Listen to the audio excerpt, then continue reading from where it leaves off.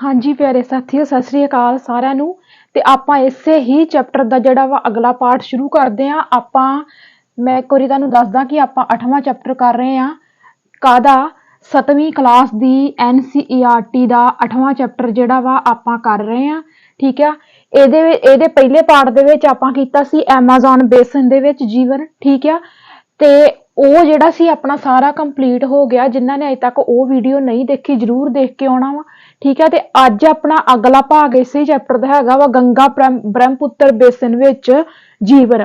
ਜਿਵੇਂ ਮੈਂ ਤੁਹਾਨੂੰ ਦੱਸਿਆ ਸੀ ਕਿ ਐਮਾਜ਼ੋਨ ਨਦੀ ਜਿਹੜੀ ਆ ਉਹਦਾ ਐਮਾਜ਼ੋਨ ਨਾਮ ਕਿਵੇਂ ਪਿਆ, ਜਾਂ ਉਹ ਜਿਹੜੀ ਐਮਾਜ਼ੋਨ ਆ ਮਤਲਬ ਐਮਾਜ਼ੋਨ ਨਦੀ ਤੇ ਐਮਾਜ਼ੋਨ ਬੇਸਨ ਦੇ ਵਿੱਚ ਕੀ ਫਰਕ ਆ।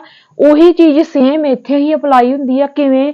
ਕਿਉਂਕਿ ਜਿਵੇਂ ਐਮਾਜ਼ੋਨ ਬੇਸਨ ਦੀਆਂ ਸਹਾਇਕ ਨਦੀਆਂ ਉਹਦੇ ਵਿੱਚ ਮਿਲ ਕੇ ਜਿਹੜਾ ਵਾ ਐਮਾਜ਼ੋਨ ਬੇਸਨ ਦਾ ਨਿਰਮਾਣ ਕਰਦੀਆਂ, ਠੀਕ ਇਸੇ ਤਰ੍ਹਾਂ ਹੀ ਗੰਗਾ ਬ੍ਰਹਮਪੁੱਤਰ ਦੀਆਂ ਸਹਾਇਕ ਨਦੀਆਂ ਇਹਦੇ ਨਾਲ ਮਿਲ ਕੇ ਗੰਗਾ ਬ੍ਰਹਮਪੁੱਤਰ ਬੇਸਨ ਦਾ ਨਿਰਮਾਣ ਕਰਦੀਆਂ। ਠੀਕ ਹੈ। ਇਹ ਪੁਆਇੰਟ ਬਸ ਤੁਹਾਨੂੰ ਯਾਦ ਹੋ ਗਿਆ।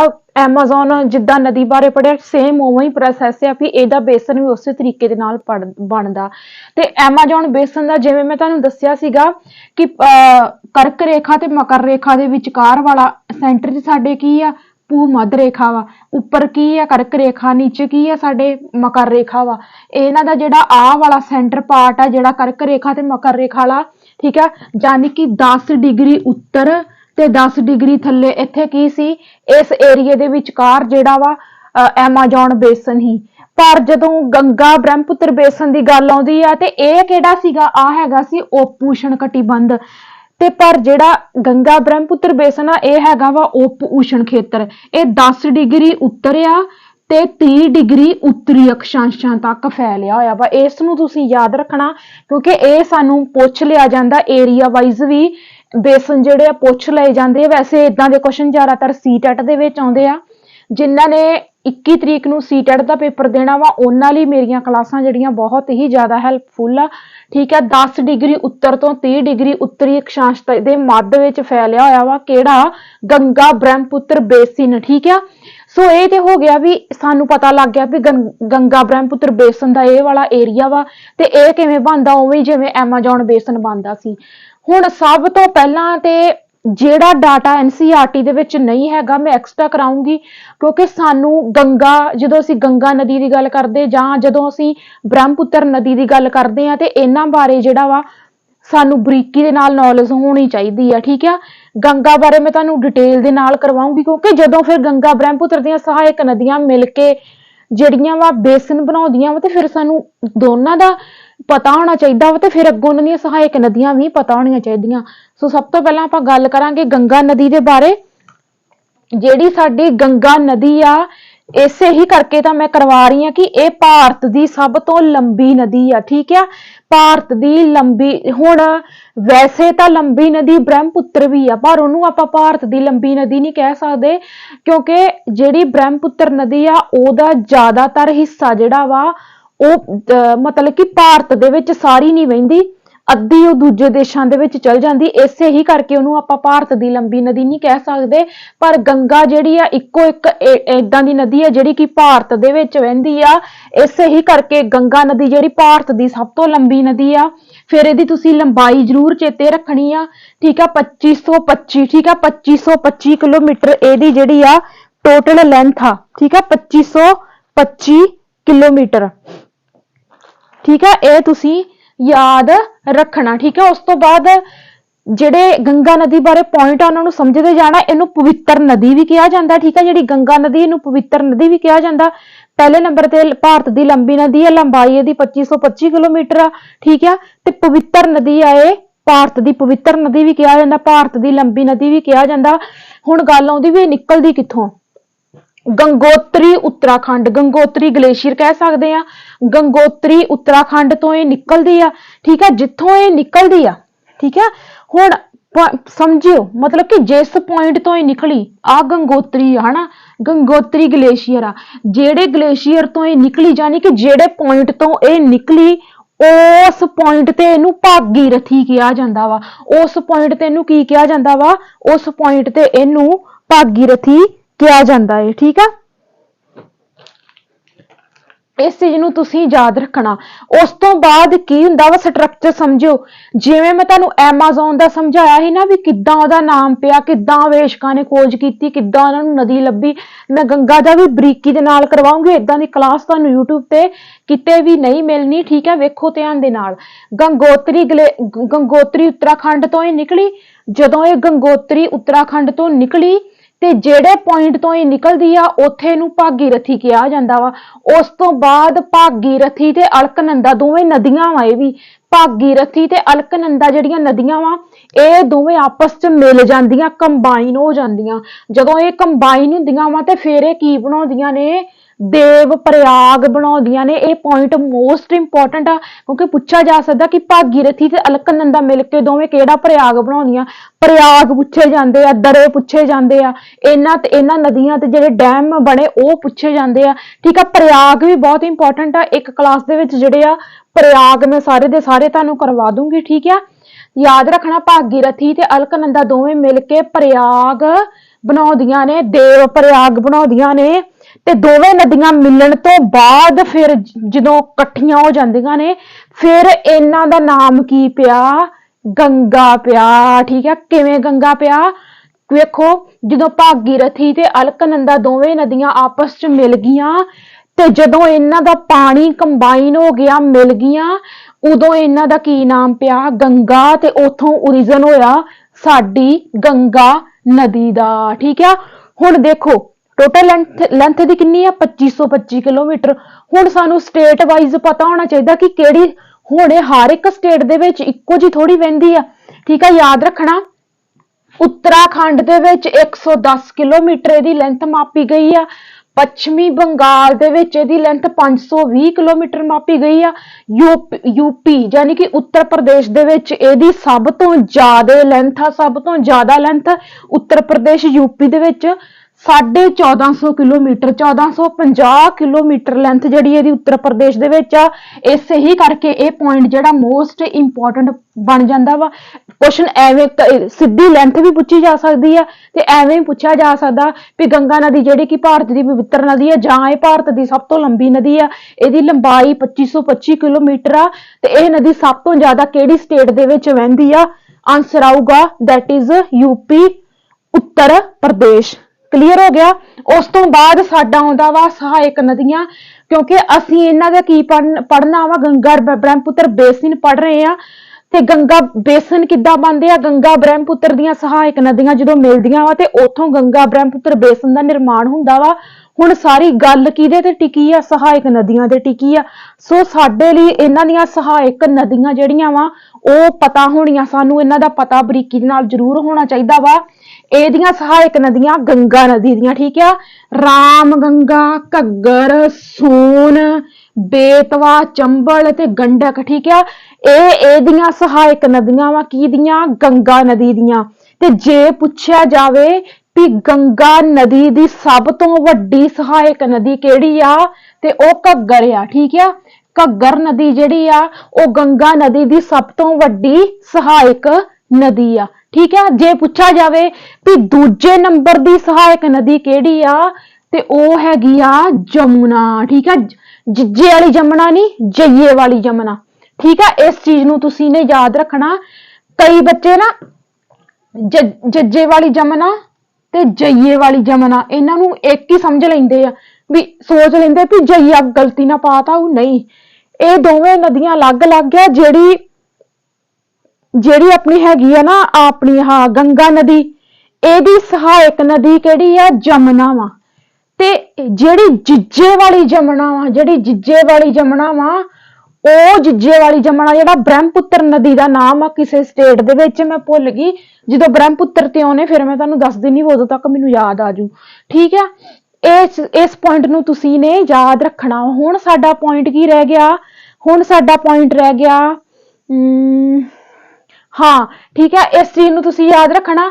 ਤੇ ਇੱਕ ਚੀਜ਼ ਇਹ ਵੀ ਜਿਹੜੀਆਂ ਗੰਗਾ ਤੇ ਬ੍ਰਹਮਪੁੱਤਰ ਨਦੀਆਂ ਵਾ ਇਹ ਅਰਬ ਸਾਗਰ ਨਹੀਂ, ਬੰਗਾਲ ਦੀ ਖਾੜੀ ਵਿੱਚ ਡਿੱਗਦੀਆਂ ਵਾ ਤੇ ਬੰਗਾਲ ਦੀ ਖਾੜੀ ਦੇ ਵਿੱਚ ਡਿੱਗਣ ਤੋਂ ਪਹਿਲਾਂ ਇੱਕ ਬਹੁਤ ਸੁੰਦਰ ਡੈਲਟੇ ਦਾ ਨਿਰਮਾਣ ਕਰਦੀਆਂ ਵਾ।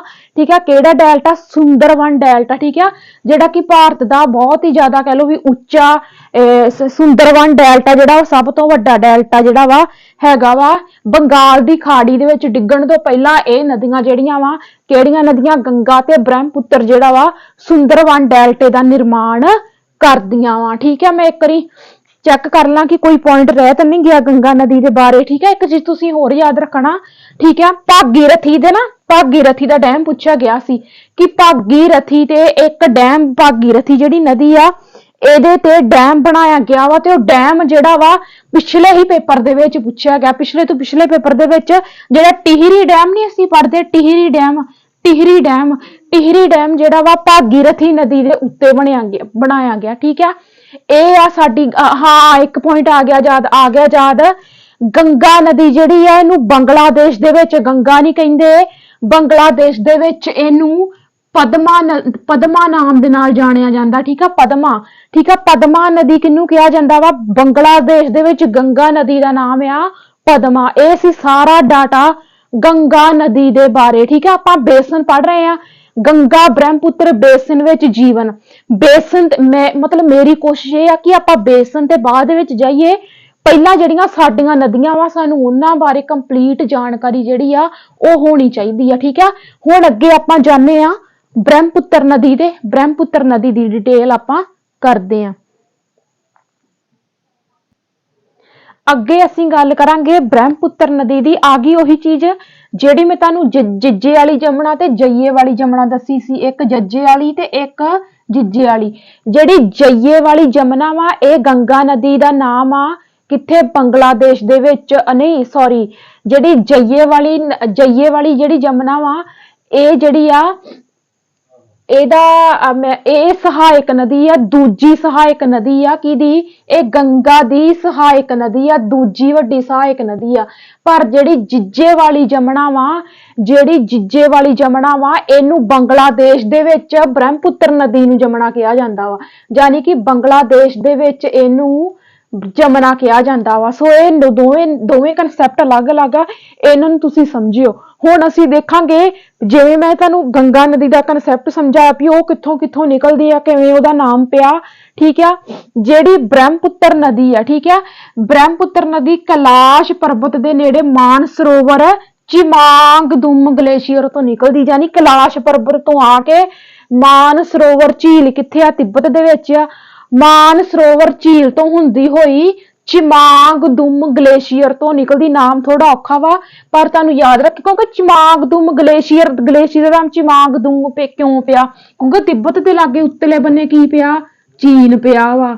ਤੇ ਚੀਨ ਵਾਲਿਆਂ ਦੇ ਨਾਮ ਕਿੱਦਾਂ ਦੇ ਹੁੰਦੇ? ਮੈਂ ਦੱਸਦੀ ਨਹੀਂ, ਇਦਾਂ ਦੇ ਹੁੰਦੇ ਇਹਨਾਂ ਦੇ ਨਾਮ। ਠੀਕ ਹੈ, ਚੀਨ ਦਾ ਏਰੀਆ ਪੈਂਦਾ, ਤਾਂ ਹੀ ਕਰਕੇ ਇਸ ਗਲੇਸ਼ੀਅਰ ਦਾ ਨਾਮ ਚਿਮਾਂਗਦੁਮ ਆ। ਇਹ ਤੁਹਾਨੂੰ ਇਸੇ ਤਰੀਕੇ ਦੇ ਨਾਲ ਯਾਦ ਰੱਖਣਾ ਪੈਣਾ ਵਾ ਕਿਉਂਕਿ ਇਹ ਮੋਸਟ ਇੰਪੋਰਟੈਂਟ ਆ। ਪੰਜਾਬ ਦੇ ਕਿਸੇ ਕੰਪੀਟੀਟਿਵ ਐਗਜ਼ਾਮ ਦੇ ਵਿੱਚ ਪੁੱਛਿਆ ਗਿਆ ਸੀ ਵੀ ਬ੍ਰਹਮਪੁੱਤਰ ਨਦੀ ਕਿਹੜੇ ਗਲੇਸ਼ੀਅਰ ਤੋਂ ਨਿਕਲਦੀ ਆ? ਚਿਮਾਂਗਦੁਮ ਗਲੇਸ਼ੀਅਰ ਤੋਂ ਨਿਕਲਦੀ ਆ। ਹੁਣ ਨਾ ਇਹਦੇ ਬਾਰੇ ਬਹੁਤ ਹੀ ਜ਼ਿਆਦਾ ਇੰਟਰਸਟਿੰਗ, ਵੈਸੇ ਨਾ ਜਿਹੜੀਆਂ ਸਾਡੀਆਂ ਗੰਗਾ ਤੇ ਬ੍ਰਹਮਪੁੱਤਰ ਨਦੀਆਂ ਨਾ ਇਹ ਕਨਸੈਪਟ ਹੈਗਾ ਹੀ ਬੜਾ ਇੰਪੋਰਟੈਂਟ ਆ।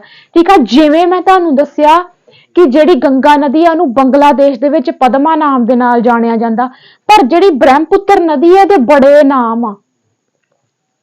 ਸਾਡੇ ਭਾਰਤ ਦੇ ਵਿੱਚ ਤੇ ਅਸੀਂ ਇਹਨੂੰ ਬ੍ਰਹਮਪੁੱਤਰ ਹੀ ਕਹਿੰਦੇ ਆ। ਤਿੱਬਤ ਦੇ ਵਿੱਚ ਇਹਦਾ ਨਾਮ ਸਾਂਗਪੋ ਆ। ਬੰਗਲਾਦੇਸ਼ ਦੇ ਵਿੱਚ ਆ ਗਈ ਉਹੀ ਜਿੱਜੇ ਵਾਲੀ ਜਮਨਾ। ਬੰਗਲਾਦੇਸ਼ ਦੇ ਵਿੱਚ ਜਿੱਜੇ ਵਾਲੀ ਜਮਨਾ ਬ੍ਰਹਮਪੁੱਤਰ ਨਦੀ ਦਾ ਹੀ ਬੰਗਲਾਦੇਸ਼ ਦੇ ਵਿੱਚ ਨਾਮ ਆ ਜਮਨਾ। ਠੀਕ ਆ, ਚੀਨ ਦੇ ਵਿੱਚ ਇਹਦਾ ਨਾਮ ਆ ਯਾਰਲੁੰਗ। ਠੀਕ ਆ, ਚੀਨ ਦੇ ਵਿੱਚ ਇਹਦਾ ਕੀ ਨਾਮ ਆ? ਯਾਰਲੁੰਗ। ਅਰੁਣਾਚਲ ਪ੍ਰਦੇਸ਼ ਦੇ ਵਿੱਚ ਇਹਦਾ ਨਾਮ ਆ ਦਿਹਾਂਗ। ਠੀਕ ਆ, ਤੇ ਸਭ ਤੋਂ ਇੰਟਰਸਟਿੰਗ ਚੀਜ਼ ਵੀ ਬ੍ਰਹਮਪੁੱਤਰ ਨਦੀ ਜੇਕਰ ਭਾਰਤ ਦੇ ਵਿੱਚ ਪ੍ਰਵੇਸ਼ ਕਰਦੀ ਆ ਤੇ ਪਹਿਲਾਂ ਭਾਰਤ ਦੀ ਕਿਹੜੀ ਸਟੇਟ ਦੇ ਵਿੱਚ ਐਂਟਰ ਹੁੰਦੀ ਆ? ਅਰੁਣਾਚਲ ਪ੍ਰਦੇਸ਼ ਦੇ ਵਿੱਚ ਸਭ ਤੋਂ ਪਹਿਲਾਂ ਐਂਟਰ ਕਰਦੀ ਆ ਬ੍ਰਹਮਪੁੱਤਰ ਨਦੀ। ਤੇ ਅਰੁਣਾਚਲ ਪ੍ਰਦੇਸ਼ ਦੇ ਵਿੱਚ ਇਹਨੂੰ ਦਿਹਾਂਗ ਨਾਮ ਦੇ ਨਾਲ ਜਾਣਿਆ ਜਾਂਦਾ ਵਾ। ਠੀਕ ਹੈ, ਇਸ ਪੁਆਇੰਟ ਨੂੰ ਤੁਸੀਂ ਯਾਦ ਰੱਖਣਾ। ਠੀਕ ਹੈ, ਉਸ ਤੋਂ ਬਾਅਦ ਗੱਲ ਆਉਂਦੀ ਆ ਕਿ ਇਹਦੀ ਟੋਟਲ ਲੈਂਥ ਦੀ। ਜਿਵੇਂ ਗੰਗਾ ਦੀ ਟੋਟਲ ਲੈਂਥ ਹੈਗੀ ਸੀ 2525 ਕਿਲੋਮੀਟਰ, ਸਭ ਤੋਂ ਜ਼ਿਆਦਾ ਕਿਹੜੀ ਸਟੇਟ ਦੇ ਵਿੱਚ ਵਹਿੰਦੀ ਸੀ? ਯੂਪੀ ਦੇ ਵਿੱਚ, ਉੱਤਰ ਪ੍ਰਦੇਸ਼ ਦੇ ਵਿੱਚ। ਠੀਕ ਆ। ਜੇਕਰ ਆਪਾਂ ਗੱਲ ਕਰੀਏ ਬ੍ਰਹਮਪੁੱਤਰ ਦੀ ਟੋਟਲ ਲੈਂਥ ਦੀ, ਤੇ ਬ੍ਰਹਮਪੁੱਤਰ ਦੀ ਟੋਟਲ ਲੈਂਥ ਹੈਗੀ ਆ 3969। ਠੀਕ ਆ, 3969 ਐਵੇਂ ਯਾਦ ਰੱਖ ਲਿਓ, 3969, ਕਿਉਂਕਿ ਮੈਂ ਤਾਂ ਐਵੇਂ ਯਾਦ ਰੱਖਿਆ ਸੀ 3969। ਠੀਕ ਹੈ, ਇਹਦੀ ਟੋਟਲ ਲੈਂਥ ਆ। ਇੰਡੀਆ ਦੇ ਵਿੱਚ ਇਹਦੀ ਲੈਂਥ, ਭਾਰਤ ਦੇ ਵਿੱਚ ਇਹਦੀ ਲੈਂਥ ਸਿਰਫ 916 ਕਿਲੋਮੀਟਰ ਆ। ਮੈਂ ਦੱਸਿਆ ਸੀ ਕਿ ਜੇ ਤਾਂ ਇਹ ਪੂਰੀ ਦੀ ਪੂਰੀ, ਕਿਉਂਕਿ ਲੈਂਥ ਇਹਦੀ, ਹੁਣ ਤੁਸੀਂ ਸੋਚ ਰਹੇ ਹੋਗੇ ਵੀ ਬ੍ਰਹਮਪੁੱਤਰ ਨਦੀ ਦੀ ਲੈਂਥ ਗੰਗਾ ਨਾਲੋਂ ਜ਼ਿਆਦੇ ਆ, ਫਿਰ ਇਹ ਲੰਮੀ ਨਦੀ ਕਿੱਦਾਂ ਹੋ ਗਈ? ਪਰ ਕਨਸੈਪਟ ਇਹ ਆ ਵੀ ਇਹ ਸਾਰੀ ਦੀ ਸਾਰੀ ਭਾਰਤ ਦੇ ਵਿੱਚ ਨਹੀਂ ਵਹਿੰਦੀ, ਤੇ ਭਾਰਤ ਦੇ ਵਿੱਚ ਸਿਰਫ ਇਹ 916 ਕਿਲੋਮੀਟਰ ਵਹਿ ਰਹੀ ਆ। ਫਿਰ ਇਹ ਭਾਰਤ ਦੀ ਲੰਮੀ ਨਦੀ ਕਿੱਦਾਂ ਹੋ ਸਕਦੀ ਆ? ਪਰ ਜਿਹੜੀ ਸਾਡੀ ਗੰਗਾ ਨਦੀ ਉਹ ਪੂਰੀ ਦੀ ਪੂਰੀ ਭਾਰਤ ਵਿੱਚ ਵਹਿੰਦੀ, ਇਸੇ ਹੀ ਕਰਕੇ ਤਾਂ ਉਹ ਸਾਡੇ ਭਾਰਤ ਦੀ ਲੰਬੀ ਨਦੀ ਆ। ਪਰ ਜਿਹੜੀ ਬ੍ਰਹਮਪੁੱਤਰ ਆ ਭਾਰਤ ਦੇ ਵਿੱਚ ਸਿਰਫ ਤੇ ਸਿਰਫ 916 ਕਿਲੋਮੀਟਰ ਵਹਿੰਦੀ ਆ। ਇਹੀ ਰੀਜ਼ਨ ਆ ਵੀ ਇਹ ਸਾਡੇ ਭਾਰਤ ਦੀ ਲੰਬੀ ਨਦੀ ਨਹੀਂ ਬਣ ਸਕੀ। ਠੀਕ ਹੈ, ਹੁਣ ਇੰਪੋਰਟੈਂਟ ਪੁਆਇੰਟ ਅੱਗੇ ਇਹਦੀਆਂ ਸਹਾਇਕ ਨਦੀਆਂ, ਕਿਉਂਕਿ ਗੰਗਾ ਦੀਆਂ ਸਹਾਇਕ ਨਦੀਆਂ ਤੇ ਬ੍ਰਹਮਪੁੱਤਰ ਦੀਆਂ ਸਹਾਇਕ ਨਦੀਆਂ ਤੋਂ ਹੀ ਇਹਨਾਂ ਦੀ ਬੇਸਨ ਦਾ ਨਿਰਮਾਣ ਹੋਇਆ, ਜਿਹੜਾ ਸਾਡਾ ਮੇਨ ਕਨਸੈਪਟ ਹੈਗਾ ਵਾ ਅਕੋਰਡਿੰਗ ਟੂ NCERT। ਠੀਕ ਆ, ਲੇਹਿਤ। ਠੀਕ ਹੈ, ਲੇਹਿਤ, ਬੁਰੀ ਦਿਹਾਂਗ, ਦਾਨਸਿਰੀ, ਤੀਸਤਾ, ਇਹਦੀਆਂ ਜਿਹੜੀਆਂ ਵਾ ਸਹਾਇਕ ਨਦੀਆਂ ਵਾ। ਠੀਕ ਹੈ, ਨਾਮ ਥੋੜੇ ਔਖੇ ਆ ਪਰ ਯਾਦ ਰੱਖਣੇ ਪੈਣੇ। ਬੁਰੀ ਦਿਹਾਂਗ ਏਦਾਂ ਯਾਦ ਰੱਖ ਲਿਓ, ਬੱਬੇ ਤੇ ਬ੍ਰਹਮਪੁੱਤਰ, ਬੱਬੇ ਤੇ ਬੁਰੀ ਦਿਹਾਂਗ। ਠੀਕ ਹੈ, ਤੇ ਬੁਰੀ ਦਿਹਾਂਗ ਬ੍ਰਹਮਪੁੱਤਰ ਦੀ ਸਹਾਇਕ ਨਦੀ। ਲੇਹਿਤ, ਦਾਨਸਿਰੀ ਜਿਹੜੇ ਥੋੜੇ ਔਕਵਰਡ ਜੇ ਲੱਗਣਗੇ, ਉਹ ਕੀ ਹੋਣਗੀਆਂ? ਬ੍ਰਹਮਪੁੱਤਰ ਦੀਆਂ ਸਹਾਇਕ ਨਦੀਆਂ ਹੋਣਗੀਆਂ। ਤੇ ਤੀਸਤਾ ਨਦੀ, ਜਿਵੇਂ ਮੈਂ ਤੁਹਾਨੂੰ ਦੱਸਿਆ ਸੀ ਵੀ ਗੰਗਾ ਦੀ ਸਭ ਤੋਂ ਵੱਡੀ ਸਹਾਇਕ ਨਦੀ ਘੱਗਰ ਨਦੀ ਆ, ਦੂਜੇ ਨੰਬਰ ਦੀ ਜਈਏ ਵਾਲੀ ਜਮਨਾ ਵਾ ਸਹਾਇਕ ਨਦੀ। ਤੇ ਪਰ ਜਦੋਂ ਅਸੀਂ ਬ੍ਰਹਮਪੁੱਤਰ ਦੀ ਗੱਲ ਕਰਦੇ ਆ ਤੇ ਬ੍ਰਹਮਪੁੱਤਰ ਦੀ ਸਭ ਤੋਂ ਵੱਡੀ ਸਹਾਇਕ ਨਦੀ ਜਿਹੜੀ ਆ ਉਹ ਤੀਸਤਾ ਨਦੀ ਆ। ਇਹ ਸੀਗੀ ਪੂਰੀ ਦੀ ਪੂਰੀ ਡਿਟੇਲ ਸਾਡੇ ਆਪਣੇ ਗੰਗਾ ਤੇ ਬ੍ਰਹਮਪੁੱਤਰ ਦੇ ਬਾਰੇ ਵਿੱਚ। ਆਪਣੇ ਨਾ ਗੰਗਾ ਜਿਹੜੀ ਗੰਗਾ ਨਦੀ ਆ ਸਾਡੀ, ਹਨਾ, ਉਹਦੇ ਬਾਰੇ ਇੱਕ ਪੁਆਇੰਟ ਛੋਟਾ ਜਿਹਾ ਸੁੱਟ ਗਿਆ, ਉਹ ਤੁਸੀਂ ਨੇ ਯਾਦ ਰੱਖਣਾ ਵੀ ਗੰਗਾ ਨਦੀ ਦੇ ਕਿਨਾਰੇ ਕਿਹੜੇ ਕਿਹੜੇ ਸ਼ਹਿਰ ਵਸੇ ਆ ਗੰਗਾ ਨਦੀ ਦੇ ਕਿਨਾਰੇ। ਠੀਕ ਆ, ਇੱਕ ਮੈਨੂੰ ਜਿਹੜੇ ਯਾਦ ਆ ਮੈਂ ਲਿਖ ਦਿੰਨੀ ਆ। ਹਰਿਦੁਆਰ ਆ, ਵੈਸੇ 10 ਆ ਟੋਟਲ। ਹਰਿਦੁਆਰ ਆ, ਠੀਕ ਆ, ਹਰਿਦੁਆਰ ਹੋ ਗਿਆ, ਲਖਨਊ ਹੋ ਗਿਆ, ਹਰਿਦੁਆਰ, ਲਖਨਊ। ਠੀਕ ਆ, ਤੇ ਕਾਨਪੁਰ ਤੇ ਸਭ ਤੋਂ ਵੱਡਾ ਸ਼ਹਿਰ ਆ ਗੰਗਾ ਨਦੀ ਦੇ ਦੁਆਲੇ ਵਸਿਆ ਹੋਇਆ, ਇਹਨੂੰ ਥੋੜਾ ਹਾਈਲਾਈਟ ਕਰ ਦਿੰਨੀ ਆ। ਠੀਕ ਆ, ਗੰਗਾ ਨਦੀ ਤੇ ਵਸਿਆ ਹੋਇਆ ਸਭ ਤੋਂ ਵੱਡਾ ਸ਼ਹਿਰ ਕਾਨਪੁਰ ਆ। ਠੀਕ ਆ, ਹਰਿਦੁਆਰ ਹੋ ਗਿਆ, ਲਖਨਊ ਹੋ ਗਿਆ, ਠੀਕ ਆ, ਕਾਨਪੁਰ ਹੋ ਗਿਆ।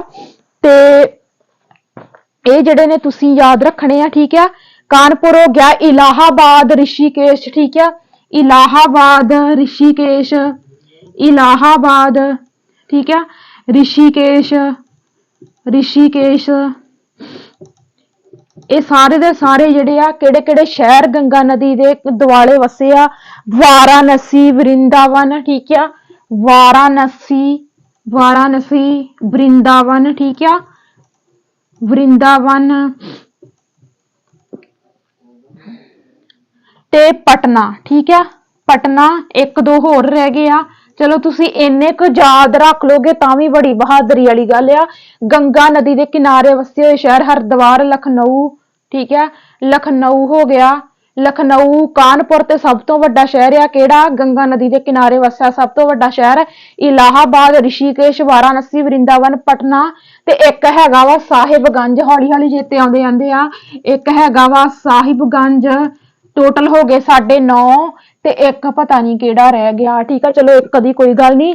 ਤੇ ਇਹ ਸੀ ਸਾਰੀ ਦੀ ਸਾਰੀ ਜਾਣਕਾਰੀ ਸਾਡੀ ਗੰਗਾ ਤੇ ਬ੍ਰਹਮਪੁੱਤਰ ਨਦੀ ਦੇ ਬਾਰੇ। ਹੁਣ ਅਸੀਂ ਜਾਣੇ ਆਪਣੇ ਮੇਨ ਕਨਸੈਪਟ ਤੇ। ਸਾਡਾ ਮੇਨ ਕਨਸੈਪਟ ਕੀ ਹੈਗਾ ਵਾ? ਗੰਗਾ ਨਦੀ ਤੇ ਬ੍ਰਹਮਪੁੱਤਰ ਨਦੀਆਂ ਦੇ ਬੇਸਨ। ਠੀਕ ਹੈ,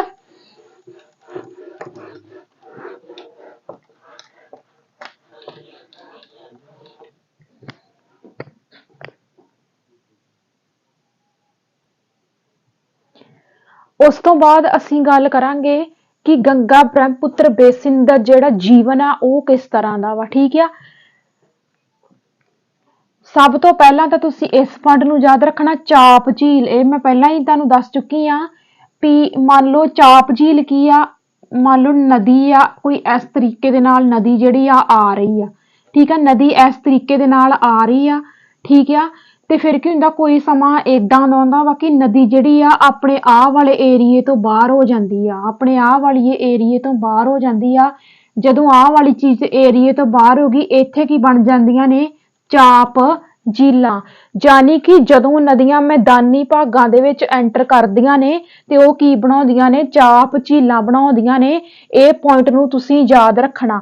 ਹੁਣ ਐਮਾਜ਼ੋਨ ਬੇਸਨ ਦੇ ਬਾਰੇ ਵਿੱਚ ਅਸੀਂ ਕੀ ਪੜ੍ਹਿਆ ਸੀ ਕਿ ਉਹ ਜਿਹੜਾ ਵਾ ਗਰਮ ਖੇਤਰ, ਉਹ ਗਰਮ ਖੇਤਰ ਵਾਲਾ ਏਰੀਆ, ਭੂ ਮੱਧ ਰੇਖਾ ਦੇ ਸੈਂਟਰ ਵਾਲਾ ਏਰੀਆ, ਠੀਕ ਆ, 10 ਡਿਗਰੀ ਉੱਤਰ ਤੇ 10 ਡਿਗਰੀ ਨੀਚੇ। ਹੁਣ ਭੂ ਮੱਧ ਰੇਖਾ ਦੇ ਸੂਰਜ ਦੀਆਂ ਸਿੱਧੀਆਂ ਕਿਰਨਾਂ ਪੈਂਦੀਆਂ, ਉੱਥੇ ਵਰਖਾ ਬਹੁਤ ਜ਼ਿਆਦਾ ਹੁੰਦੀ, ਸੰਘਣੇ ਰੁੱਖ ਪਾਏ ਜਾਂਦੇ ਆ, ਉੱਪਰੋਂ ਜਿਹੜੇ ਆ ਰੁੱਖਾਂ ਦੀਆਂ ਜਿਹੜੀਆਂ ਉੱਪਰੋਂ ਬਿਲਕੁਲ ਇੱਕ ਹੋ ਜਾਂਦੇ ਆ, ਸੂਰਜ ਦੀਆਂ ਕਿਰਨਾਂ ਰੁੱਖਾਂ ਦੇ ਵਿੱਚ ਨਹੀਂ ਜਾ ਪਾਉਂਦੀਆਂ, ਠੀਕ ਆ। ਤੇ ਇਸੇ ਕਰਕੇ ਉੱਥੇ ਗਰਮੀ ਜ਼ਿਆਦਾ ਵਾ ਤੇ ਉੱਥੇ ਵਰਖਾ ਮਤਲਬ ਉੱਥੇ ਪ੍ਰਤੀ ਦਿਨ ਹੀ ਜਿਹੜੀ ਆ ਉੱਥੇ ਮੀਂਹ ਪੈਂਦਾ ਰਹਿੰਦਾ, ਵਰਖਾ ਉੱਥੇ ਜ਼ਿਆਦਾ ਹੁੰਦੀ ਆ। ਪਰ ਉਹਦੇ ਉਲਟ ਜਦੋਂ ਅਸੀਂ ਗੰਗਾ ਬ੍ਰਹਮਪੁੱਤਰ ਬੇਸਨ ਦੀ ਗੱਲ ਕਰਦੇ ਆ ਤਾਂ ਇੱਥੋਂ ਦੀ ਜਲਵਾਯੂ ਜਿਹੜੀ ਆ ਮੌਨਸੂਨੀ ਆ। ਮੌਨਸੂਨੀ ਦਾ ਮਤਲਬ ਕੀ ਹੁੰਦਾ ਵਾ, ਗਰਮੀ ਰੁੱਤ ਵੀ ਹੋਊਗੀ, ਸਰਦੀ ਰੁੱਤ ਵੀ ਹੋਊਗੀ, ਪਤਝੜ ਵੀ ਹੋਊਗੀ, ਬਸੰਤ ਵੀ ਹੋਊਗੀ। ਐਗਜ਼ਾਮਪਲ ਕਿਵੇਂ, ਅਸੀਂ ਸਾਡਾ ਪੰਜਾਬ, ਹਰਿਆਣਾ, ਹਿਮਾਚਲ, ਠੀਕ ਆ, ਹਿਮਾਚਲ ਨਹੀਂ ਸੌਰੀ, ਪੰਜਾਬ, ਹਰਿਆਣਾ ਜਿਹੜੇ ਮੈਦਾਨੀ ਇਲਾਕੇ ਆ, ਠੀਕ ਆ, ਜਿਹੜੇ ਜਿਵੇਂ ਸਾਡਾ ਪੰਜਾਬ ਗੰਗਾ ਬ੍ਰਹਮਪੁੱਤਰ ਬੇਸਨ ਦੇ ਵਿੱਚ ਆਉਂਦਾ ਵਾ ਤੇ ਹਰਿਆਣਾ ਵੀ ਇਹਦੇ ਵਿੱਚ ਆਉਂਦਾ।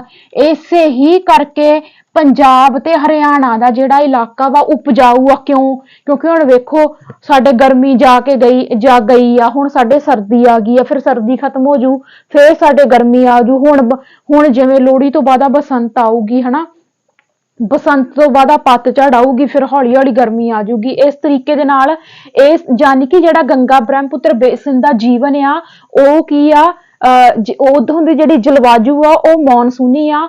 ਸਭ ਹੁਣ ਜਦੋਂ ਮੀਂਹ ਦੀ ਗੱਲ ਕਰਦੇ, ਵਰਖਾ ਦੀ ਗੱਲ ਕਰਦੇ ਆ ਤਾਂ ਸਾਡੇ ਮੱਧ ਜੂਨ ਤੋਂ ਲੈ ਕੇ ਸਤੰਬਰ ਤੱਕ, ਯਾਨੀ ਕਿ ਵੀ ਗੰਗਾ ਬ੍ਰਹਮਪੁੱਤਰ ਬੇਸਿਨ ਦੇ ਵਿੱਚ ਜਿਹੜੀ ਬਾਰਿਸ਼ ਹੁੰਦੀ ਆ ਕਿੰਨਾ ਮਹੀਨਿਆਂ ਦੇ ਵਿੱਚ ਹੁੰਦੀ ਆ, ਮੱਧ ਜੂਨ ਤੋਂ, ਯਾਨੀ ਕਿ ਅੱਧ ਜੂਨ ਤੋਂ ਲੈ ਕੇ ਸਤੰਬਰ ਤੱਕ। ਕਿਤੇ ਕਿਤੇ ਜੁਲਾਈ ਸਤੰਬਰ ਲਿਖਿਆ ਹੁੰਦਾ ਵਾ, ਕਿਤੇ ਕਿਤੇ ਜੂਨ ਸਤੰਬਰ ਲਿਖਿਆ ਹੁੰਦਾ ਵਾ, ਵੀ ਤੁਹਾਨੂੰ ਪਤਾ ਲੱਗ ਗਿਆ ਵੀ ਕਿਹੜੇ ਮਹੀਨਿਆਂ ਦੇ ਵਿੱਚ ਇੱਥੇ ਬਾਰਿਸ਼ ਜਿਹੜੀ ਆ ਹੁੰਦੀ ਆ। ਉਸ ਤੋਂ ਬਾਅਦ ਇਸ ਬੇਸਨ ਦੇ ਪਹਾੜੀ ਖੇਤਰਾਂ ਵਿੱਚ ਜਨਸੰਖਿਆ ਘੱਟ ਅਤੇ ਮੈਦਾਨੀ ਖੇਤਰਾਂ ਵਿੱਚ ਜ਼ਿਆਦਾ ਹੋਊਗੀ। ਹੁਣ ਵੇਖੋ ਜਦੋਂ ਅਸੀਂ ਐਮਾਜ਼ੋਨ ਦੀ ਗੱਲ, ਮੈਂ ਨਾ ਕੋਰਿਲੇਟ ਕਰਕੇ ਪੜ੍ਹਾ ਰਹੀ ਹਾਂ ਵੀ ਤੁਹਾਨੂੰ ਮਤਲਬ ਮਿਕਸ ਨਾ ਹੋਵੇ ਤੁਹਾਡੇ ਦਿਮਾਗ ਦੇ ਵਿੱਚ। ਜਦੋਂ ਅਸੀਂ ਐਮਾਜ਼ੋਨ ਦੀ ਗੱਲ ਕਰਦੇ ਸੀ, ਐਮਾਜ਼ੋਨ ਬੇਸਨ ਦੀ, ਤੇ ਉਹਦੇ ਵਿੱਚ ਕੀ ਦੱਸਿਆ ਸੀ ਮੈਂ ਤੁਹਾਨੂੰ ਕਿ ਲੋਕ ਜਿਹੜੇ ਸੀ ਜੰਗਲਾਂ ਨੂੰ ਕੱਟ ਕੇ ਉੱਥੇ ਖੇਤੀ ਕਰਦੇ ਸੀ, ਥੋੜੇ ਕੁ ਥਾਂ ਤੇ ਮਤਲਬ ਝਾੜੀਆਂ ਨੂੰ ਕੱਟ ਲੈਣਾ, ਰੁੱਖਾਂ ਨੂੰ ਕੱਟ ਲੈਣਾ, ਹਨਾ, ਤੇ ਉੱਥੇ ਆਪਣੀਆਂ ਝੌਂਪੜੀਆਂ ਬਣਾ ਕੇ ਰਹਿੰਦੇ ਸੀ, ਜਿਹਨੂੰ ਮਲੋਕਾ ਕਹਿੰਦੇ ਸੀ। ਮਲੋਕਾ ਨਾਮ ਦੀਆਂ ਢਲਾਣ ਤੇ ਛੱਤਾਂ ਬਣਾਉਂਦੇ ਸੀ, ਮਲੋਕਾ ਛੱਤਾਂ। ਪਰ ਵੇਖੋ ਹੁਣ ਇੱਥੇ ਤਾਂ ਮੈਦਾਨੀ ਏਰੀਆ ਵਾ, ਇੰਨਾ ਉਪਜਾਊ ਇਲਾਕਾ ਵਾ, ਹਰ ਤਰ੍ਹਾਂ ਦੀ ਰੁੱਤ ਦਾ ਆਨੰਦ ਲੋਕੀ ਮਾਣ ਰਹੇ ਆ, ਤੇ ਲੋਕੀ ਪਹਾੜੀ ਖੇਤਰਾਂ ਤੇ ਕਿਉਂ ਰਹਿਣਗੇ ਜਦੋਂ ਮੈਦਾਨੀ ਇਲਾਕਾ ਨੂੰ ਕੋਈ ਇੰਨਾ ਸੋਹਣਾ ਅਵੇਲੇਬਲ ਆ। ਇਸ ਤੋਂ ਇਹੀ ਤਾਂ ਕਾਰਨ ਆ ਵੀ ਗੰਗਾ ਬ੍ਰਹਮਪੁੱਤਰ ਬੇਸਨ ਦੇ ਵਿੱਚ ਜਿਹੜੇ ਲੋਕ ਆ, ਪਹਾੜੀ ਖੇਤਰਾਂ ਤੇ ਜਨਸੰਖਿਆ ਘੱਟ ਆ ਤੇ ਜਨਸੰਖਿਆ ਘਣਤਵ ਜਿਹੜਾ ਵਾ ਉਹ ਮੈਦਾਨੀ ਏਰੀਏ ਦੇ ਵਿੱਚ ਜ਼ਿਆਦਾ ਵਾ। ਸਭ ਤੋਂ ਇੰਪੋਰਟੈਂਟ ਚੀਜ਼ ਮੈਂ ਤੁਹਾਨੂੰ ਕੀ ਦੱਸਿਆ ਵੀ ਇਹ ਸਭ ਤੋਂ ਉਪਜਾਊ ਆ, ਗੰਗਾ ਬ੍ਰਹਮਪੁੱਤਰ ਬੇਸਨ ਦਾ ਜੀਵਨ ਸਭ ਤੋਂ ਉਪਜਾਊ ਆ। ਕਿਉਂ? ਕਿਉਂਕਿ ਮੈਦਾਨੀ ਇਲਾਕਾ ਵਾ, ਹਰ ਤਰ੍ਹਾਂ ਦੀ ਰੁੱਤ ਆਉਂਦੀ ਆ, ਫਿਕਸ ਮਹੀਨਿਆਂ ਦੇ ਵਿੱਚ ਬਾਰਿਸ਼ ਹੁੰਦੀ ਆ, ਠੀਕ ਆ, ਤੇ ਇਹ ਖੇਤੀਬਾੜੀ ਪ੍ਰਧਾਨ ਬੇਸਨ ਆ, ਠੀਕ ਆ। ਹੁਣ ਇੱਥੋਂ ਦੀ ਮੁੱਖ ਫਸਲ ਕੀ ਆ? ਝੋਨਾ, ਠੀਕ ਆ। ਝੋਨੇ ਨੂੰ ਗਰੋਇੰਗ ਵਾਸਤੇ ਕੀ ਆ, ਜ਼ਿਆਦਾ ਪਾਣੀ ਚਾਹੀਦਾ ਤੇ ਉਹ ਅਵੇਲੇਬਲ ਆ, ਇੱਥੋਂ ਦੀਆਂ ਨਦੀਆਂ, ਠੀਕ ਆ। ਝੋਨਾ ਮੁੱਖ ਫਸਲ ਆ ਤੇ ਹੋਰ ਫਸਲਾਂ ਇਹਨਾਂ ਦੀਆਂ ਕੀ ਆ, ਕਣਕ ਹੋ ਗਿਆ, ਮੱਕਾ ਹੋ ਗਿਆ, ਜਵਾਰ ਹੋ ਗਿਆ, ਚਣਾ, ਬਾਜਰਾ, ਗੰਨਾ, ਜੂਟ ਤੇ ਕੇਲਿਆਂ ਦੇ ਬਾਗ ਵੀ ਕਿਤੇ ਕਿਤੇ ਮਿਲਦੇ ਆ। ਯਾਦ ਰੱਖਿਓ ਤੇ ਨਾਲ ਇਹ ਵੀ ਦਿਮਾਗ ਦੀਆਂ ਕੁੰਡੀਆਂ ਘਮਾਓ ਕਿ ਆਪਾਂ ਐਮਾਜ਼ੋਨ ਬੇਸਨ ਦੀਆਂ ਮੁੱਖ ਫਸਲਾਂ ਕਿਹੜੀਆਂ ਪੜ੍ਹੀਆਂ ਸੀ। ਮੈਂ ਤੁਹਾਨੂੰ ਉਹਦੀ ਇੱਕ ਮੈਨੀਓਕ ਫਸਲ ਦੱਸੀ ਸੀ ਜਿਹਦਾ ਮੈਂ ਤੁਹਾਨੂੰ ਦੱਸਿਆ ਸੀ ਵੀ ਉਹ ਉਹਨਾਂ ਦੀ ਮੁੱਖ ਫਸਲ ਆ। ਜਿੱਦਾਂ ਧਰਤੀ ਦੇ ਵਿੱਚ ਆਪਾਂ ਆਲੂ ਪੁੱਟਦੇ ਆ, ਉਸੇ ਹੀ ਤਰ੍ਹਾਂ ਉਹਨਾਂ ਦੀ ਮੈਨੀਓਕ ਫਸਲ ਆ, ਜਿਹਨੂੰ ਕਸਾਵਾ ਵੀ ਕਹਿੰਦੇ ਆ, ਉਹ ਉਹਨਾਂ ਦੀ ਮੁੱਖ ਫਸਲ ਆ। ਉਸ ਤੋਂ ਬਾਅਦ ਉਹ ਕੀੜੀਆਂ ਦੇ ਅੰਡਕੋਸ਼ ਜਿਹੜੇ ਆ ਉਹ ਵੀ ਖਾਂਦੇ ਆ, ਉਹ ਉਹਨਾਂ ਦੀਆਂ ਮੁੱਖ ਫਸਲਾਂ ਹੀ। ਪਰ ਵੇਖੋ ਕਿ ਗੰਗਾ ਬ੍ਰਹਮਪੁੱਤਰ ਬੇਸਨ ਤੱਕ ਆਉਂਦੇ ਆਉਂਦੇ ਜ਼ਮੀਨ ਆਸਮਾਨ ਦਾ ਫਰਕ ਪੈ ਗਿਆ। ਮੈਦਾਨੀ ਇਲਾਕਾ, ਇੰਨੀਆਂ ਸੋਹਣੀਆਂ ਇਹਨਾਂ ਕੋਲ ਫਸਲਾਂ ਵਾ ਖਾਣ ਵਾਸਤੇ, ਇਹ ਕਿਉਂ ਕੀੜੇ ਦੇ ਅੰਡਕੋਸ਼ ਖਾਣਗੇ? ਠੀਕ ਆ, ਇਸ ਕਰਕੇ ਇਹ ਜਿਹੜੇ ਪੁਆਇੰਟ ਤੁਸੀਂ ਨੇ ਗੰਗਾ ਬ੍ਰਹਮਪੁੱਤਰ ਬੇਸਨ ਦੇ ਬਾਰੇ ਯਾਦ ਰੱਖਣੇ ਆ। ਆਪਾਂ ਵੀ ਇਹਦੇ ਵਿੱਚ ਹੀ ਆਉਨੇ ਆ। ਠੀਕ ਆ, ਪੱਛਮੀ ਬੰਗਾਲ ਤੇ ਅਸਾਮ ਦੇ ਵਿੱਚ ਕੀ ਚਾਹ ਦੇ ਬਾਗ ਮਿਲਦੇ ਆ। ਠੀਕ ਆ, ਇੰਨਾ ਉਪਜਾਊ ਜਿਹੜਾ ਇਹ ਇਲਾਕਾ ਵਾ। ਠੀਕ ਆ, ਪੱਛਮੀ ਬੰਗਾਲ ਤੇ ਅਸਾਮ ਦੇ ਵਿੱਚ ਚਾਹ ਦੇ ਬਾਗ ਸਾਨੂੰ ਮਿਲਦੇ ਆ। ਬਿਹਾਰ ਤੇ ਅਸਾਮ ਦੇ ਕੁਝ ਭਾਗ ਤੇ ਸਾਨੂੰ ਸਿਲਕ ਦੇ ਕੀੜੇ ਮਿਲਦੇ ਆ, ਜਿਨ੍ਹਾਂ ਤੋਂ ਰੇਸ਼ਮ ਤਿਆਰ ਕੀਤਾ ਜਾਂਦਾ। ਠੀਕ ਆ, ਤੇ ਪਹਾੜੀ ਖੇਤਰਾਂ ਵਿੱਚ ਵੇਦਿਕਾ ਖੇਤੀ ਕੀਤੀ ਜਾਂਦੀ ਆ, ਮੋਸਟ ਇੰਪੋਰਟੈਂਟ ਆ। ਠੀਕ ਆ, ਇੱਥੇ ਮੈਂ ਤੁਹਾਨੂੰ ਫੋਟੋ ਵੀ ਦਿਖਾ ਦਿੰਨੀ ਆ ਵੈਦਿਕਾ ਖੇਤੀ ਦੀ। ਆਹ ਦੇਖੋ, ਸ਼ਾਇਦ ਤੁਹਾਨੂੰ ਦਿਸ ਰਹੀ ਹੋਵੇ। ਠੀਕ ਆ, ਵੈਦਿਕਾ ਖੇਤੀ। ਠੀਕ ਆ, ਹੁਣ ਤੁਸੀਂ ਨਾ ਇੱਕ ਤੁਸੀਂ ਕਨਫਿਊਜ਼ ਹੋ ਗਏ ਹੋਗੇ ਕਿ ਵੈਦਿਕਾ ਖੇਤੀ ਇਹ ਵੀ ਢਲਾਣਾ ਵਾਂਗੂ ਆ, ਤੇ ਇੱਕ ਅਸੀਂ ਪੌੜੀ ਨੂੰਮਾ ਖੇਤੀ ਕੀਤੀ ਉਹ ਵੀ ਢਲਾਣਾ ਵਾਂਗੂ, ਪਰ ਦੋਵਾਂ ਦੇ ਵਿੱਚ ਫਰਕ ਆ।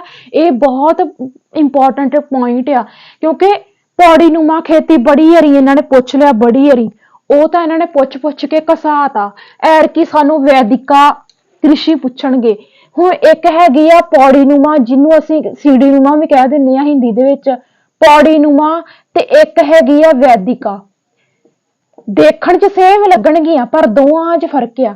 ਮੰਨ ਲਓ ਵੀ ਆ ਕੋਈ ਇਸ ਤਰੀਕੇ ਦੀ ਕੋਈ ਪਹਾੜੀ ਆ, ਇਹ ਪਹਾੜੀ ਤੇ ਢਲਾਣਾ ਬਣਾਈ ਗਿਆ ਤੇ ਇੱਥੇ ਇਹਨਾਂ ਨੇ ਝੋਨਾ ਲਾਤਾ, ਪਾਣੀ ਡਿੱਗਿਆ। ਠੀਕ ਆ, ਇਹ ਆ ਪੌੜੀ ਨੂੰਮਾ ਖੇਤੀ। ਦੇਖਣ ਚ ਵੈਦਿਕਾ ਵੀ ਪੌੜੀ ਨੂੰਮਾ ਹੋਊਗੀ ਪਰ ਫਰਕ ਹੋਊਗਾ। ਮੰਨ ਲਓ ਆ ਕੋਈ ਪਹਾੜੀ ਆ, ਇਹਨਾਂ ਨੇ ਪਹਾੜੀ ਦੀ ਢਲਾਣ ਹੀ ਖਤਮ ਕਰ ਦੇਣੀ ਆ, ਯਾਨੀ ਕਿ ਉਸ ਏਰੀਏ ਨੂੰ ਇਹਨਾਂ ਨੇ ਪੱਧਰਾ ਕਰ ਲੈਣਾ ਵਾ ਤੇ ਉੱਥੇ ਏਦਾਂ ਵੱਟਾਂ ਜਿਹੀਆਂ ਬਣਾ ਲੈਣੀਆਂ ਵਾ, ਯਾਨੀ ਕਿ ਢਲਾਣ ਨੂੰ ਹੌਲੀ ਹੌਲੀ ਇਹਨਾਂ ਨੇ ਖਤਮ ਕਰ ਦੇਣਾ। ਉਹ ਵੈਦਿਕਾ ਵਾ। ਤੇ ਜਦੋਂ ਪੌੜੀ ਨੂੰਮਾ ਜੇ ਉਹ ਢਲਾਣ ਤੇ ਬਣੀਆਂ, ਜਿਹੜੀਆਂ ਢਲਾਣ ਤੇ ਖੇਤੀ ਹੁੰਦੀ ਆ ਉਹਨੂੰ ਪੌੜੀ ਨੂੰਮਾ ਕਹਿੰਦੇ ਆ, ਤੇ ਜਦੋਂ ਢਲਾਣ ਖਤਮ ਕਰਕੇ ਖੇਤੀ ਕੀਤੀ ਜਾਂਦੀ ਪਹਾੜੀ ਏਰੀਏ ਦੇ ਵਿੱਚ ਉਹਨੂੰ ਵੈਦਿਕਾ ਕਹਿੰਦੇ ਆ। ਠੀਕ ਆ, ਇਹ ਪੁਆਇੰਟ ਤੁਸੀਂ ਨੇ ਸਾਰੇ ਦੇ ਸਾਰੇ ਯਾਦ ਰੱਖਣੇ ਆ। ਅੱਗੇ ਜਾਂਦੇ ਆ ਅਗਲੇ ਪੁਆਇੰਟ ਤੇ ਵੀ ਇੱਥੇ ਕਿਸ ਤਰ੍ਹਾਂ ਦੀ ਬਨਸਪਤੀ ਪਾਈ ਜਾਂਦੀ, ਕਿਹੜੇ ਇੱਥੇ ਜਾਨਵਰ ਪਾਏ ਜਾਂਦੇ ਆ। ਉਸ ਤੋਂ ਬਾਅਦ ਆਪਾਂ ਗੱਲ ਕਰਾਂਗੇ ਵੀ ਇੱਥੇ ਕਿਸ ਤਰ੍ਹਾਂ ਦੇ ਰੁੱਖ ਜਿਹੜੇ ਨੇ ਪਾਏ ਜਾਂਦੇ ਨੇ। ਠੀਕ ਆ, ਸਾਗਵਾਨ ਹੋ ਗਿਆ, ਸਾਖੂ, ਪਿੱਪਲ ਜਿਹੜੇ ਆ ਇੱਥੋਂ ਦੇ ਮੇਨ ਦਰਖਤ ਆ, ਕਿਉਂਕਿ ਇਹ ਊਸ਼ਣ ਕਟਬੰਧੀ ਪਤਝੜੀ ਦਰਖਤ ਆ। ਜਦੋਂ ਆਪਾਂ ਐਮਾਜ਼ੋਨ ਬੇਸਨ ਦੀ ਗੱਲ ਕੀਤੀ ਸੀ, ਉੱਥੇ ਮੈਂ ਤੁਹਾਨੂੰ ਕਿਹੜੀ ਬਨਸਪਤੀ ਦੱਸੀ ਸੀ? ਊਸ਼ਣ ਕਟਬੰਧੀ ਜਿਹੜੀ ਦੱਸੀ ਸੀਗੀ। ਮਤਲਬ ਕਿਉਂਕਿ ਉੱਥੇ ਜਿਹੜੀ ਉਹ ਹੈਗੀ ਸੀ ਊਸ਼ਣ ਕਟਬੰਧੀ ਸਦਾਬਹਾਰ, ਪਰ ਇਹ ਕਿਹੜੇ ਆ? ਊਸ਼ਣ ਕਟਬੰਧੀ ਪਤਝੜੀ, ਕਿਉਂਕਿ ਇਹ ਕਿਹੜਾ ਏਰੀਆ ਵਾ? ਮਾਨਸੂਨੀ ਏਰੀਆ ਵਾ। ਇੱਥੇ ਗਰਮੀ ਰੁੱਤ ਆਊਗੀ, ਸਰਦੀ ਰੁੱਤ ਆਊਗੀ। ਠੀਕ ਆ, ਤੇ ਇਹ ਜਿਹੜੇ ਇੱਥੋਂ ਦੇ ਜਿਹੜੇ ਦਰਖਤ ਹੋਣਗੇ ਉਹ ਆਪਣੇ ਪੱਤੇ ਝਾੜ ਦੇਣਗੇ। ਇਸੇ ਹੀ ਕਰਕੇ ਊਸ਼ਣ ਕਟਬੰਧੀ ਪਤਝੜੀ ਜਿਹੜਾ ਇਹ ਵਾਲਾ ਏਰੀਆ ਵਾ, ਊਸ਼ਣ ਕਟਬੰਧੀ ਪਤਝੜੀ ਏਰੀਆ ਵਾ। ਵੇਖੋ ਨਾਲ ਦੀ ਨਾਲ ਤੁਹਾਨੂੰ ਊਸ਼ਣ ਕਟਬੰਧੀ ਵਾਲੇ ਪੁਆਇੰਟ ਵੀ ਯਾਦ ਹੁੰਦੇ ਜਾਂਦੇ। ਠੀਕ ਆ, ਉਸ ਤੋਂ ਬਾਅਦ ਗੱਲ ਆਉਂਦੀ ਆ ਵੀ ਸੰਘਣੇ ਘਾਹ ਦੇ ਮੈਦਾਨ ਵੀ ਪਾਏ ਜਾਂਦੇ ਆ। ਕਿੱਥੇ? ਗੰਗਾ ਬ੍ਰਹਮਪੁੱਤਰ ਬੇਸਨ ਦੇ ਵਿੱਚ। ਡੈਲਟਾ ਖੇਤਰ ਦੇ ਨਾਲ ਸੰਬੰਧਿਤ 2 ਪੁਆਇੰਟ ਯਾਦ ਰੱਖਣੇ ਆ। ਇਹਦੇ ਡੈਲਟਾ ਖੇਤਰ ਦੇ ਵਿੱਚ ਮੈਂਗਰੋਵ ਵਨਸਪਤੀ ਪਾਈ ਜਾਂਦੀ ਆ, ਤੇ ਡੈਲਟਾ ਖੇਤਰ ਦੇ ਵਿੱਚ ਜਿਹੜਾ ਵਾ ਬੰਗਾਲ ਟਾਈਗਰ ਪਾਇਆ ਜਾਂਦਾ ਵਾ। ਆ ਰਿਹਾ ਡੈਲਟਾ ਖੇਤਰ ਦੇ ਵਿੱਚ ਬੰਗਾਲ ਟਾਈਗਰ ਪਾਇਆ ਜਾਂਦਾ ਤੇ ਡੈਲਟਾ ਖੇਤਰ ਵਿੱਚ ਮੈਂਗਰੋਵ ਵਨਸਪਤੀ ਪਾਈ ਜਾਂਦੀ। ਠੀਕ ਆ, ਉਸ ਤੋਂ ਬਾਅਦ ਆਪਾਂ ਗੱਲ ਕਰਾਂਗੇ ਕਿ ਜਿਹੜਾ ਉੱਤਰਾਖੰਡ ਹੋਇਆ, ਸਿੱਕਮ, ਅਰੁਣਾਚਲ ਪ੍ਰਦੇਸ਼ ਦੇ ਤੀਬਰ ਢਲਾਨਾਂ ਵਾਲੇ ਜਿਹੜੇ ਖੇਤਰ ਆ, ਉੱਥੇ ਚੀੜ ਤੇ ਦੇਵਦਾਰ ਦਰਖਤ ਮਿਲਦੇ ਆ। ਦਰਖਤਾਂ ਦੇ ਨਾਮ ਆ ਚੀੜ ਤੇ ਦੇਵਦਾਰ। ਇਹ ਜਿਹੜੇ ਦਰਖਤ ਆ ਮਤਲਬ ਕਿ ਇਹ ਬਹੁਤ ਹੀ ਜ਼ਿਆਦਾ ਲਾਭਦਾਇਕ ਆ। ਇਹਨਾਂ ਦੀ ਲੱਕੜੀ ਤੋਂ ਕਾਫੀ ਵਧੀਆ ਫਰਨੀਚਰ ਜਿਹੜਾ ਵਾ ਤਿਆਰ ਹੁੰਦਾ, ਕੀਮਤੀ ਲੱਕੜ ਆ। ਠੀਕ ਆ, ਹੁਣ ਵੇਖੋ ਕਿ ਸਾਨੂੰ ਜੇ ਪੁੱਛਿਆ ਜਾਵੇ ਵੀ ਚੀੜ ਤੇ ਦੇਵਦਾਰ ਆ, ਇਹ ਕਿਹਦੇ ਵਿੱਚ ਆਉਂਦੇ? ਊਸ਼ਣ ਕਟਬੰਧੀ ਪਤਝੜੀ ਆ ਜਾਂ ਊਸ਼ਣ ਸਦਾਬਹਾਰ ਆ? ਇਹਦੇ ਨਾਲ ਵੇਖੋ ਕਿੰਨੇ ਪੁਆਇੰਟ ਕਲੀਅਰ ਹੋਏ। ਇੱਕ ਤਾਂ ਤੁਹਾਨੂੰ ਇਹ ਪਤਾ ਲੱਗ ਰਿਹਾ ਵੀ ਚੀੜ ਦੇਵਦਾਰ ਜਿਹੜੇ ਗੰਗਾ ਬ੍ਰਹਮਪੁੱਤਰ ਬੇਸਨ ਦੇ ਦਰਖਤ ਆ ਮੇਨ, ਤੇ ਉੱਤਰਾਖੰਡ, ਸਿੱਕਮ ਤੇ ਅਰੁਣਾਚਲ ਵਿੱਚ ਪਾਏ ਜਾਂਦੇ। ਨਾਲ ਹੀ ਇਹ ਪਤਾ ਲੱਗ ਗਿਆ ਵੀ ਇਹ ਊਸ਼ਣ ਕਟਬੰਧੀ ਪਤਝੜੀ ਦਰਖਤ ਆ। ਠੀਕ ਆ, ਉਸ ਤੋਂ ਬਾਅਦ ਕਿਤੇ ਇਹ ਕਹਿੰਦੇ ਸ਼ੰਕੂਧਾਰੀ ਰੁੱਖ ਵੀ ਮਿਲਦੇ। ਸ਼ੰਕੂਧਾਰੀ ਰੁੱਖ ਕੀ ਹੁੰਦੇ ਆ? ਜਿਹੜੇ ਇਸ ਤਰ੍ਹਾਂ ਦੇ ਹੁੰਦੇ ਆ, ਮਤਲਬ ਨੀਚਿਓਂ ਚੌੜੇ, ਉੱਪਰੋਂ ਜਾ ਕੇ ਇਹਨਾਂ ਦੇ ਪੱਤੇ ਜਿਹੜੀਆਂ ਇਹਨਾਂ ਦੀ ਨੋਕ ਆ ਉਹ ਤਿੱਖੀ ਹੋ ਜਾਂਦੀ, ਉਹ ਹੁੰਦੇ ਆ ਸ਼ੰਕੂਧਾਰੀ ਰੁੱਖ। ਠੀਕ ਹੈ, ਕਿਤੇ ਕਿਤੇ ਕਹਿੰਦੇ ਇਹ ਵੀ ਮਿਲਦੇ ਆ। ਉਸ ਤੋਂ ਬਾਅਦ ਜਾਨਵਰਾਂ ਦੀ ਗੱਲ ਕਰਾਂਗੇ। ਇੱਥੇ ਜਿਹੜੇ ਜਾਨਵਰ ਪਾਏ ਜਾਂਦੇ ਆ, ਹਾਥੀ, ਬਾਘ, ਹਿਰਨ, ਬਾਂਦਰ, ਇੱਕ ਸਿੰਗ ਵਾਲਾ ਗੈਂਡਾ। ਇੱਕ ਸਿੰਗ ਵਾਲਾ ਗੈਂਡਾ ਕਿੱਥੇ ਆ? ਇਹ ਸਿਰਫ ਬ੍ਰਹਮਪੁੱਤਰ ਬੇਸਿਨ ਦੇ ਵਿੱਚ ਆ। ਇਹ ਸਿਰਫ ਬ੍ਰਹਮਪੁੱਤਰ ਬੇਸਿਨ ਦੇ ਵਿੱਚ ਆ ਇੱਕ ਸਿੰਗ ਵਾਲਾ ਗੈਂਡਾ, ਤੇ ਬਾਕੀ ਹਾਥੀ, ਬਾਘ, ਹਿਰਨ, ਬਾਂਦਰ ਤੇ ਡੈਲਟਾ ਖੇਤਰ ਵਿੱਚ ਬੰਗਾਲ ਟਾਈਗਰ, ਇਹ ਜਾਨਵਰ ਜਿਹੜੇ ਇੱਥੇ ਨੇ ਪਾਏ ਜਾਂਦੇ ਨੇ। ਠੀਕ ਆ, ਉਸ ਤੋਂ ਬਾਅਦ ਮੋਸਟ ਇੰਪੋਰਟੈਂਟ, ਕਿਉਂਕਿ ਸਾਨੂੰ ਪ੍ਰਜਾਤੀਆਂ ਬੜੀਆਂ ਪੁੱਛੀਆਂ ਜਾਂਦੀਆਂ ਹੁੰਦੀਆਂ। ਹੁਣ ਵੇਖੋ, ਗੰਗਾ ਨਦੀ ਤੇ ਬ੍ਰਹਮਪੁੱਤਰ ਨਦੀ ਕਿੱਥੇ ਡਿੱਗਦੀਆਂ? ਬੰਗਾਲ ਦੀ ਖਾੜੀ ਵਿੱਚ ਡਿੱਗਦੀਆਂ। ਬੰਗਾਲ ਦੀ ਖਾੜੀ ਦੇ ਵਿੱਚ ਕਹਿੰਦੇ ਮੱਛੀਆਂ ਦੀਆਂ ਪ੍ਰਜਾਤੀਆਂ ਪਾਈਆਂ ਜਾਂਦੀਆਂ ਵਾ। ਮੋਸਟ ਇੰਪੋਰਟੈਂਟ ਨਾਮ ਆ ਰੇਹੂ, ਕਤਲਾ ਤੇ ਹਿਲਸਾ। ਹਿਲਸਾ, ਠੀਕ ਹੈ, ਹਿਲਸਾ। ਰੋਹੂ, ਕਤਲਾ ਤੇ ਹਿਲਸਾ ਜਿਹੜੀਆਂ ਵਾ ਬੰਗਾਲ ਦੀ ਖਾੜੀ ਦੇ ਵਿੱਚ ਪਾਈਆਂ ਜਾਣ ਵਾਲੀਆਂ ਮੱਛੀਆਂ ਦੀਆਂ ਪ੍ਰਜਾਤੀਆਂ ਵਾ। ਆ ਗਈ ਨਾ ਪੂਰੀ ਡਿਸਕਵਰੀ ਚੈਨਲ ਵਾਲੀ ਫੀਲਿੰਗ। ਠੀਕ ਹੈ, ਮੈਂ ਪਹਿਲਾਂ ਹੀ ਦੱਸ ਕੇ ਗਈ ਵੀ ਉਹਨਾਂ ਨੂੰ ਇਹ ਕਲਾਸ ਬੜੀ ਇੰਟਰਸਟਿੰਗ ਲੱਗੂਗੀ ਜਿਹੜੇ ਬੱਚੇ ਡਿਸਕਵਰੀ ਚੈਨਲ ਦੇਖਦੇ ਆ। ਬਸ ਇਹਦੇ ਨਾਲ ਹੀ ਸਾਡਾ ਇਸ ਤੋਂ ਬਾਅਦ ਕੁਛ ਨਹੀਂ ਹੈ। ਇਹ ਬਸ ਇੰਨੀ ਕੀ ਨੌਲੇਜ ਆ ਸਾਡੀ ਐਮਾਜ਼ੋਨ ਬੇਸਿਨ ਦੇ ਬਾਰੇ ਤੇ ਸਾਡੀ ਗੰਗਾ ਬ੍ਰਹਮਪੁੱਤਰ ਬੇਸਿਨ ਦੇ ਬਾਰੇ। ਇਹਦੇ ਬਾਰੇ 8ਵਾਂ ਚੈਪਟਰ ਆ ਸਾਰਾ। ਠੀਕ ਆ, ਉਸ ਤੋਂ ਬਾਅਦ ਇਹ ਅੱਗੇ ਕਹਿੰਦੇ ਆ ਕਿ ਅੱਗੇ ਇਹਨਾਂ ਨੇ ਗੰਗਾ ਨਦੀ ਦੇ ਕਿਨਾਰੇ ਜਿਹੜੇ ਸ਼ਹਿਰ ਵਸੇ ਉਹ ਦੱਸੇ, ਉਹ ਮੈਂ ਆਲਰੇਡੀ ਤੁਹਾਨੂੰ ਕਰਵਾਤਾ ਹਨਾ।